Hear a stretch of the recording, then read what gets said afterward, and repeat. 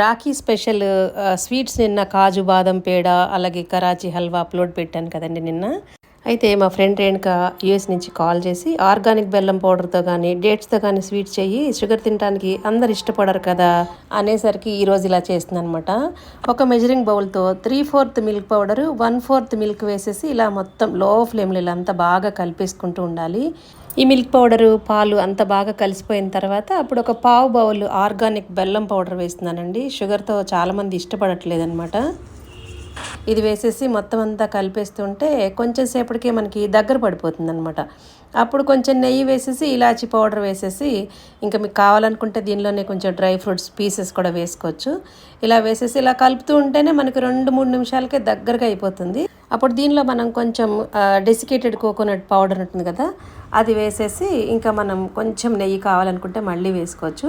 ఇంకా stove off చేసేసుకొని దీన్ని చిన్న చిన్న బిళ్ళల్లాగా పాలకోవా బిళ్ళలు ఉంటాయి కదా, అలా చేసేసి గార్నిష్ చేసేసుకోవటమేనండి.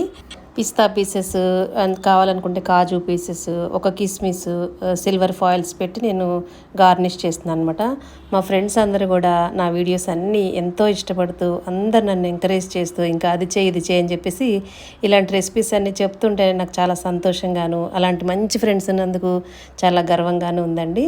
రేపు రాఖీ పండగ కదా, ఎవరికన్నా యూజ్ అవుతుందని ఈరోజు థర్స్డే కదా, ఏదో ఒక స్వీట్ చేసి నైవేద్యం పెడుతూ ఉంటాను. ఈరోజు ఇది చేసి బాబాకి నైవేద్యం పెట్టి ఈ వీడియోని మీతో షేర్ చేస్తున్నానండి. మన ఛానల్లో రకరకాల కంటెంట్స్ ఉన్న వీడియోస్తో పాటుగా ఇలాంటి స్వీట్స్ కూడా చాలానే ఉన్నాయండి. ఒకసారి మన ఛానల్ని విజిట్ చేసి నచ్చితేనే మన ఛానల్ని ఫాలో అవుతుండండి. వీడియోస్పై మీ అభిప్రాయాన్ని కూడా నాకు తప్పకుండా తెలియచేయండి. ఇలాంటి మంచి మంచి వీడియోస్ కోసం మన ఛానల్ని తప్పకుండా సబ్స్క్రైబ్ చేసుకోండి.